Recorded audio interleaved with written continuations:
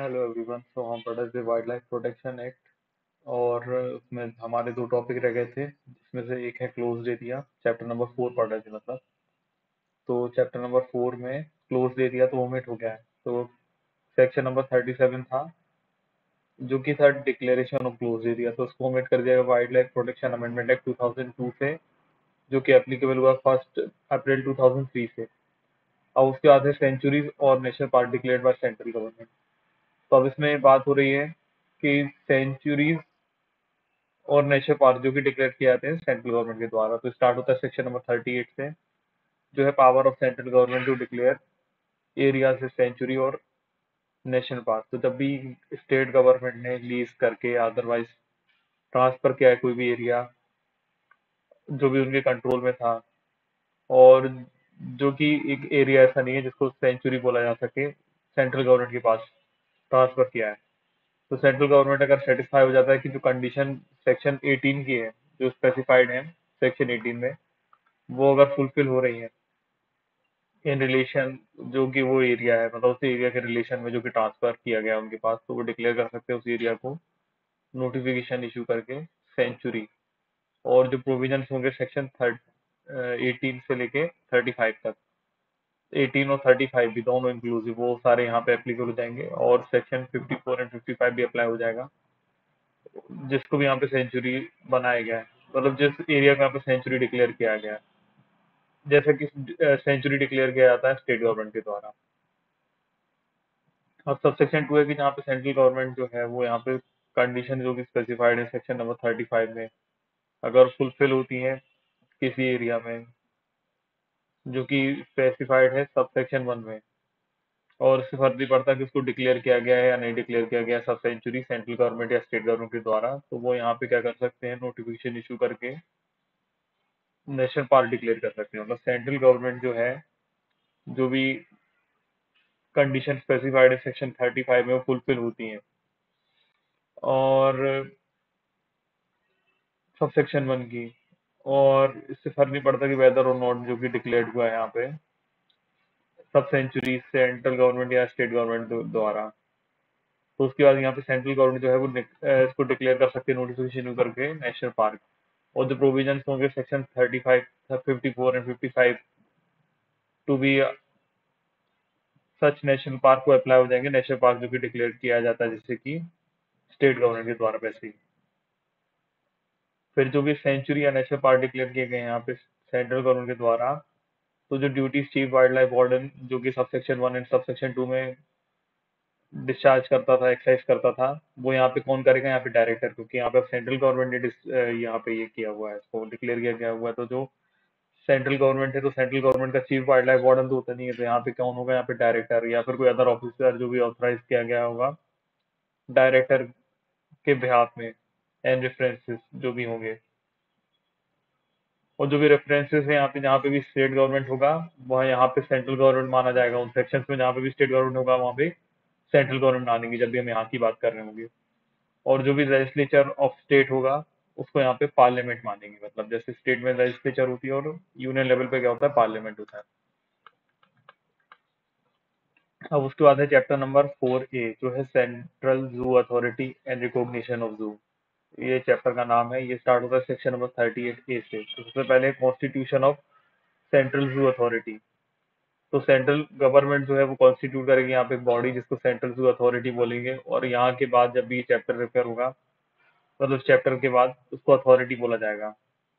और वो क्यों बनाई जा रही है, कौन बना रहा है, सेंट्रल गवर्नमेंट बना रही है, किस चीज के लिए, कि एक्सरसाइज कर पाए जो कोई पावर कन्फर्ड की गई है और परफॉर्म कर पाए वो फंक्शन जो कि असाइन किए गए हैं इस एक्ट में। और अथॉरिटी में कौन कौन होंगे, तो अथॉरिटी में यहाँ पे एक चेयरपर्सन होगा और सच नंबर ऑफ मेंबर्स होंगे जो कि 10 से ज्यादा नहीं हो सकते, और एक मेंबर सेक्रेटरी होगा। और इनको अपॉइंट कौन करेगा,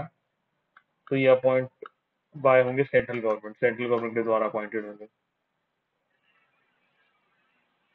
section 38B, terms of office and condition of services of chairperson and members etcetera. तो अब इनका क्या होगा, तो जो भी मतलब इनका टर्म्स ऑफ ऑफिस और कंडीशन क्या होगा, तो यहाँ पे जो चेयरपर्सन है और जो भी मेंबर है,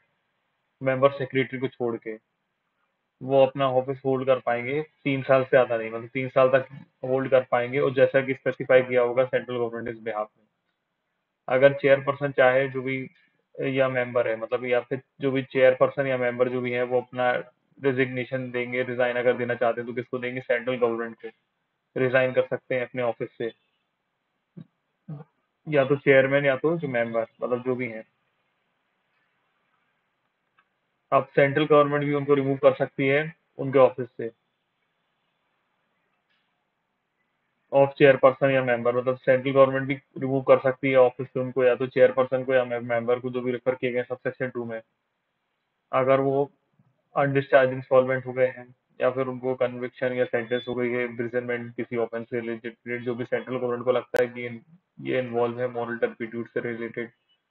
या फिर वो अनसाउंड माइंड हो गए हैं, या फिर उसके तरीके से डिक्लेयर हो गए, मतलब अनसाउंड माइंड वो डिक्लेयर भी हो गए कॉम्पिटेंट कोर्ट से, या फिर अपने रिफ्यूज कर देते हैं एक्ट करने से, जो भी उनके परफॉर्मेंस जो भी उनको एक्ट करना था उसको रिफ्यूज कर देते हैं, या फिर इनकेपेबल ऑफ एक्टिंग हो गए, या फिर वो विदाउट प्रायर ऑब्टेनिंग लीव, मतलब वो बिना लीव ऑफ एब्सेंस लिए बिना अथॉरिटी से एब्सेंट हो जाते हैं 3 consecutive meetings of the authority में। और या फिर ओपिनियन है सेंट्रल गवर्नमेंट का कि उन्होंने अब्यूज किया है उनकी पोजीशन को, चेयरपर्सन या मेंबर एज अ जो भी पर्सन उनको दी गई थी वो, और अगर उनका पर्सन कंटिन्यू रहेंगे ऑफिस में तो डेट्रीमेंटल होगा पब्लिक इंटरेस्ट के लिए। उसके बाद है provided that no person shall be remove under this clause, तो कोई पर्सन यहाँ से रिमूव नहीं होगा जब तक कि उस पर्सन को एक reasonable opportunity of being heard नहीं दे दी जाती उस मैटर में, तब तक उसको रिमूव नहीं किया जाता। फिर जो वैकेंसी यहाँ पे कॉस्ट होगी सबसेक्शन 2 में उसको फिल किया जाएगा फ्रेश फ्रेश अपॉइंटमेंट से। और जो सैलरीज एंड अलाउंस और अदर कंडीशंस होंगे अपॉइंटमेंट ऑफ चेयरपर्सन मेंबर या मेंबर सेक्रेटरी की, वो एज में प्रिस्क्राइब होंगी। और जो अथॉरिटी है वो प्रीवियस सेंशन लेके सेंट्रल गवर्नमेंट से एम्प्लॉय कर सकती है ऑफिसर या अदर एम्प्लॉयज को जो कि उनको नेसेसरी लगते हैं इस एक्ट के पर्पस को कैरी आउट करने के लिए, तो उनको अपॉइंट कर सकती है। फिर जो terms and condition of service of officers और अदर एम्प्लॉयज होंगे अथॉरिटी के, वो भी एज में भी प्रिस्क्राइब्ड होंगे। फिर किसी भी एक्ट और प्रोसीडिंग ऑफ अथॉरिटी को कभी भी क्वेश्चन नहीं किया जाएगा कि वो इनवैलिड है, केवल इस ग्राउंड पे कि एग्जिस्टेंस थी उस टाइम पे, मतलब जब वो कुछ डिसीजन लिया गया कि उनके पास कोई वैकेंसी थी या कोई डिफेक्ट था कॉन्स्टिट्यूशन ऑफ अथॉरिटी में। उसके बाद है section number 38C, functions of authority.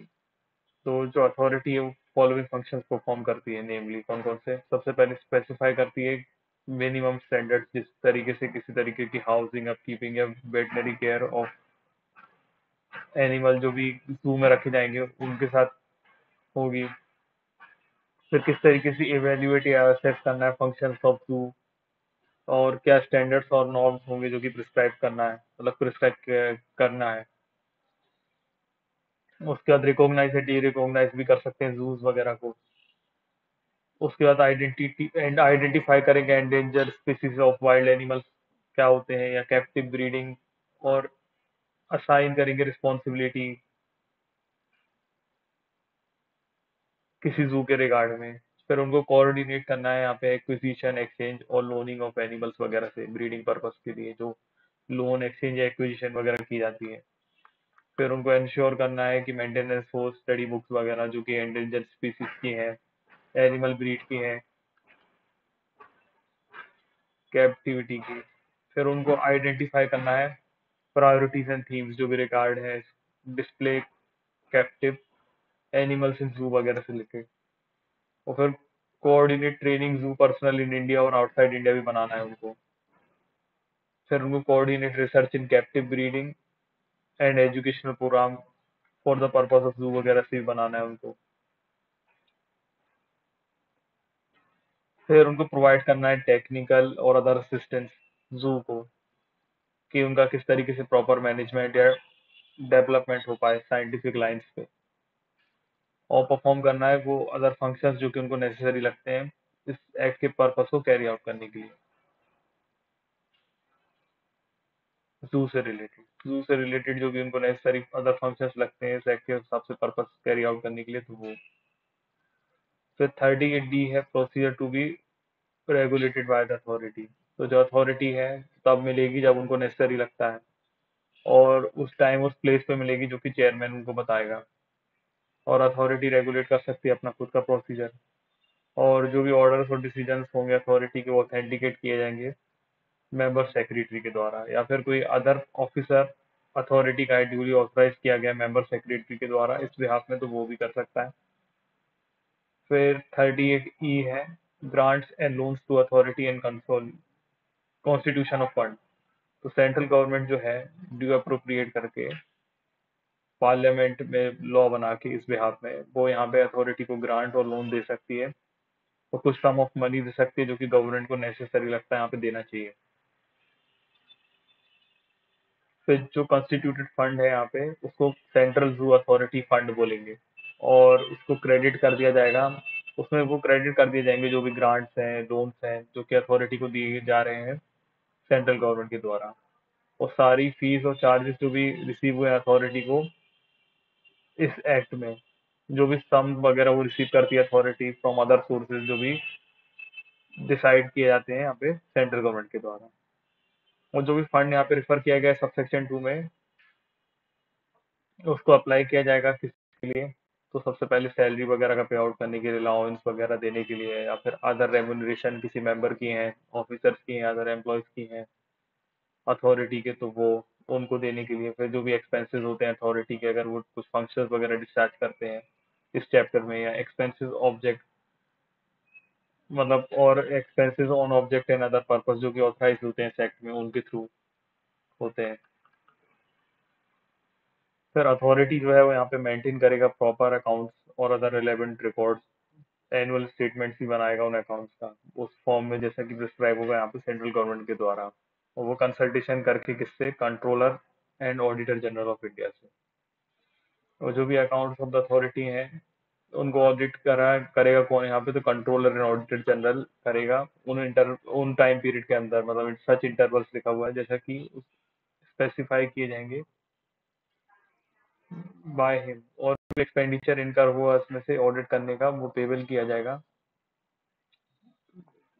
Authority के द्वारा कंट्रोलर ऑडिटर जनरल को। और जो कंट्रोलर ऑडिटर जनरल है और जो भी पर्सन अपॉइंट किया गया है ऑडिट करने के लिए अकाउंट्स वगैरह यहाँ पे अथॉरिटी के, तो उसको सारे पावर्स होंगे, सारे राइट्स होंगे, राइट्स एंड प्रिविलेजेस होंगे अथॉरिटी के कनेक्शन में, जो कि उस ऑडिट के लिए कंट्रोलर ऑडिटर जनरल को जनरली होते हैं। जैसे कि किसी भी गवर्नमेंट अकाउंट के पर्टिकुलर मतलब किसी गवर्नमेंट अकाउंट से रिलेटेड कनेक्शन में उनको जो पावर्स एंड प्रिविलेजेस होते हैं, राइट्स होते हैं, वो यहाँ पे होंगे। और स्पेशली उनके पास कौन सा होगा पर्टिकुलर, उनके पास राइट होगा डिमांड कर सकते हैं वो यहाँ पे production of books account connected vouchers को, और अदर डॉक्यूमेंट्स पेपर जो कि वो इंस्पेक्ट करना चाहें, और वो इंस्पेक्ट करना चाहे कुछ other office any of the office of the authority, जो भी अथॉरिटी के ऑफिस हैं उनको वो इंस्पेक्ट करना चाहे तो कर सकते हैं। और जो भी अकाउंट्स होंगे अथॉरिटी के वो सर्टिफाइड किए जाएंगे कंट्रोलर एंड ऑडिटर जनरल से, और जो अदर पर्सन अफेक्ट होता है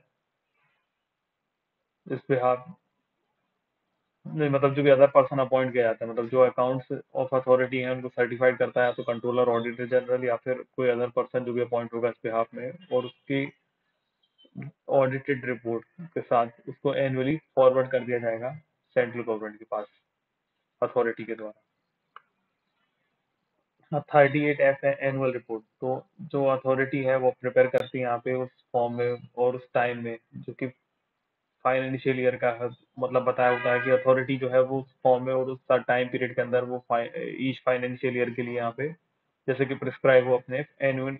रिपोर्ट प्रिपेयर करती है, फुल अकाउंट ऑफ एक्टिविटीज वगैरह देती है प्रीवियस ईयर की भी, मतलब प्रीवियस ईयर क्या क्या हुआ उसकी फुल वो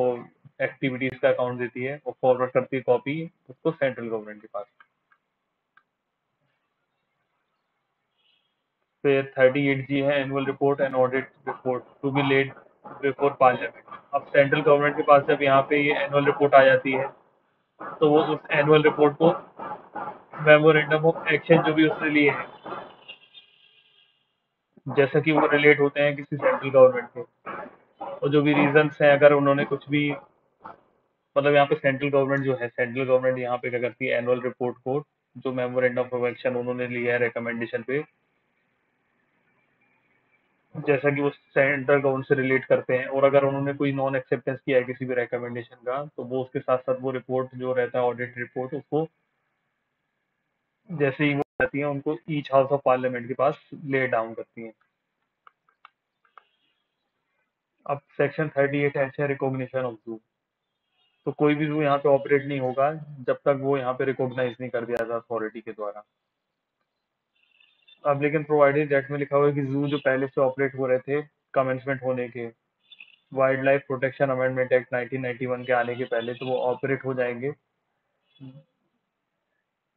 मे कंटिन्यू टू ऑपरेट, मतलब वो ऑपरेट हो सकते हैं without being recognised for a period of 18 month. 18 month तक वो अपना वैसे ही वैसे ऑपरेट हो सकते हैं जब जब भी ये डेट ऑफ कमेंसमेंट हुआ था अमेंडमेंट का।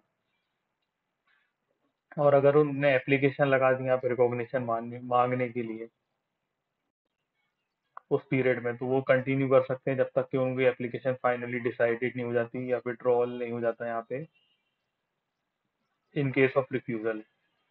मतलब या तो उनकी एप्लीकेशन फाइनली डिसाइड नहीं होती, उनका विड्रॉल नहीं हो जाता, और अगर वो रिफ्यूजल हुआ है तो फर्दर पीरियड ऑफ 6 मंथ वो कर सकते हैं जिस दिन भी उनका refusal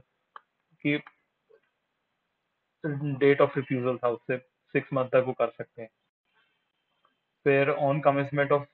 wild life protection amendment act 2002 का, तो कोई भी जू जो है वो यहाँ पे एस्टेब्लिश नहीं हो सकता जब तक कि वो प्रायर अप्रूवल ऑफ अथॉरिटी ना ले ले। मतलब जब भी 2002 के अमेंडमेंट आ गई उसके बाद से कोई भी जू एस्टेब्लिश नहीं हो सकता जब तक कि वो ऑब्टेन नहीं कर लेता प्रायर अप्रूवल किसी भी अथॉरिटी का। तो जो भी एप्लीकेशन है यहाँ पे रिकॉग्निशन जू ऑफ जू करने की, वो अथॉरिटी के पास करना पड़ेगी उस फॉर्म में, उस फी के पेमेंट के साथ जैसा कि प्रिस्क्राइब हो। और जो भी रिकॉग्निशन यहाँ पे दी जाएगी उसमें कुछ कंडीशंस भी स्पेसिफाई की जाएंगी जो एप्लीकेंट है उसको ऑपरेट करने के टाइम पे वो ऑब्जर्व करना पड़ेगी। और किसी जू को उस जू को किसी भी जू को वो यहाँ पे रिकॉग्नाइज नहीं किया जाएगा जब तक उस जू का कोई भी इंटरेस्ट नहीं हो यहाँ पे प्रोटेक्शन एंड कंजर्वेशन करने के लिए वाइल्ड लाइफ का, और स्टैंडर्ड्स एंड नॉर्म्स वगैरह वो मेंटेन नहीं करता हो या अदर मैटर जो भी प्रिस्क्राइब हो वो सेटिस्फाई नहीं कर देता जिसकी बेसिस पे रिकॉग्निशन ग्रांट की जाना है।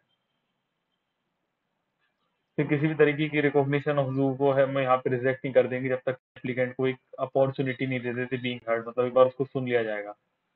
और जो अथॉरिटी है वो यहाँ पे रीजंस रिकॉर्ड करके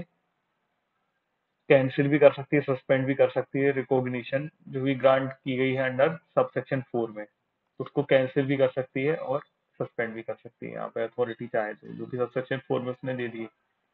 तो प्रोवाइडेड दैट में लिखा हुआ नो सच सस्पेंशन और कैंसिलेशन शैल बी मेड, तो कोई भी तरीके का यहाँ पे सस्पेंशन और कैंसिलेशन यहाँ पे नहीं होगा जब तक कि उस पर्सन को जो कि ऑपरेट कर रहा है जू को उसको एक अपॉर्चुनिटी ऑफ बीइंग हर्ड नहीं देंगे, मतलब जब तक सुनेंगे नहीं, मतलब उसको सुन नहीं लेंगे तब से फिर से, मतलब तब तक उसका सस्पेंशन या कैंसिलेशन नहीं करेंगे, सिंपल सी बात है। फिर जो भी अपील होगी किसी भी ऑर्डर ऑफ रिफ्यूजिंग की, मतलब कि उसको रिफ्यूज कर दिया नहीं दिया उसको, मतलब एज अ रिकॉग्नाइज एज जू का रिफ्यूजल दे दिया उसको अंडर सबसेक्शन 5 में, या फिर उसको सस्पेंड या कैंसिलेशन कर दिया उसका रिकॉग्निशन सबसेक्शन 6 में, तो वो कहाँ पे जाएगी, तो शैल लाई टू सेंट्रल गवर्नमेंट, तो सेंट्रल गवर्नमेंट के पास जाएगी। अब जो भी अपील होगी सबसेक्शन 7 की, वो प्रेफर कर कितने दिन में की जाना है, तो विद इन 30 डेज में कर देना चाहिए, within 30 days. Time period important है, याद रखिएगा। तो within 30 days from the date of communication, तो जिस दिन से उसको यहाँ पे पता चला उस दिन के 30 डेज के अंदर उसको अपील करना पड़ेगी। कम्युनिकेशन हुआ उसको एप्लीकेंट को वो ऑर्डर जिसके अगेंस्ट वो अपील करना चाहता है। अब लेकिन अगर सेंट्रल गवर्नमेंट जो है वो एडमिट कर सकती है appeal after the expiry of period, जो भी एक्सपायरी हो गया यहाँ पे 30 डेज का पीरियड, अगर वो सेटिस्फाइड हो जाए कि जो एप्लीकेंट है उसके पास सफिशिएंट कॉस्ट था यहाँ पे अपील ना करने का उस टाइम पीरियड में। फिर सेक्शन 38 आई है acquisition of animals by a zoo, तो subject to the other provisions of this act, तो इस एक्ट के अलावा जो भी प्रोविजंस है मतलब इस एक्ट के जो भी अदर प्रोविजन है उनको ध्यान में रखते हुए कोई भी जू जो है वो ना ही एक्वायर कर पाएगा, ना ही सेल कर पाएगा, ना ही ट्रांसफर कर पाएगा किसी वाइल्ड एनिमल का और कैप्टिव एनिमल का, जो कि स्पेसिफाइड है यहाँ पे सबसेक्शन सॉरी शेड्यूल 1 में एंड शेड्यूल 2 में, जब तक कि वो प्रीवियस परमिशन नहीं ले लेता अथॉरिटी से। मतलब यहाँ पे अगर जू को कोई भी एनिमल यहाँ पे एक्वायर सेल या ट्रांसफर करना है, वो वाइल्ड एनिमल या कैप्टिव एनिमल है जो कि शेड्यूल फर्स्ट या शेड्यूल सेकंड में दिया हुआ है, तो उसको पहले परमिशन लेना पड़ेगी अथॉरिटी की। और कोई भी जू जो है ना ही एक्वायर कर पाएगा, ना ही सेल कर पाएगा, ना ही ट्रांसफर कर पाएगा किसी वाइल्ड और कैप्टिव एनिमल को, एक्सेप्ट फ्रॉम द रिकॉग्नाइज जू, एक्सेप्ट फ्रॉम और टू अ रिकॉग्नाइज जू। तो जब भी उसको यहाँ पे ट्रांसफर, एक्वायर और सेल भी करना है तो वो कर तो सकता है, लेकिन किसको करेगा या किससे करेगा, तो रिकॉग्नाइज जू से ही करेगा। ऐसा नहीं कि कहीं से भी कहीं कुछ भी ले लिया, तो वो नहीं चलेगा। फिर लास्ट है सेक्शन 38J। तो 38J है प्रोहिबिशन ऑफ टीजिंग एक्स्ट्रा इन जू। तो कोई भी पर्सन ना ही यहाँ पे टीज कर सकता है, ना ही मोलेस्ट कर सकता है, मतलब किसी भी तरीके का हार्म वगैरह नहीं कर सकता, ना ही किसी भी तरीके की इंजरी कर सकता है, और ना ही फीड मतलब कुछ खिला भी नहीं सकता किसी भी एनिमल को, और ना ही वहाँ पे किसी तरीके का डिस्टरबेंस करेगा किसी भी एनिमल को, किसी भी तरीके की नॉइज से अदरवाइज से। और लेटर द ग्राउंड इन अ जू, और ना ही उस जू पे कुछ भी कर सकता है यहाँ पे, उस ग्राउंड जू के ग्राउंड पे, मतलब जू के ग्राउंड पे कुछ भी ऐसा नहीं कि कुछ भी फेंक दिया, कुछ भी कर दिया, तो ना ही लेटर वगैरह कर पाएगा on the ground in a zoo. तो ये हमारा 4A तक हो गया, नेक्स्ट वीडियो में हम आगे पढ़ेंगे।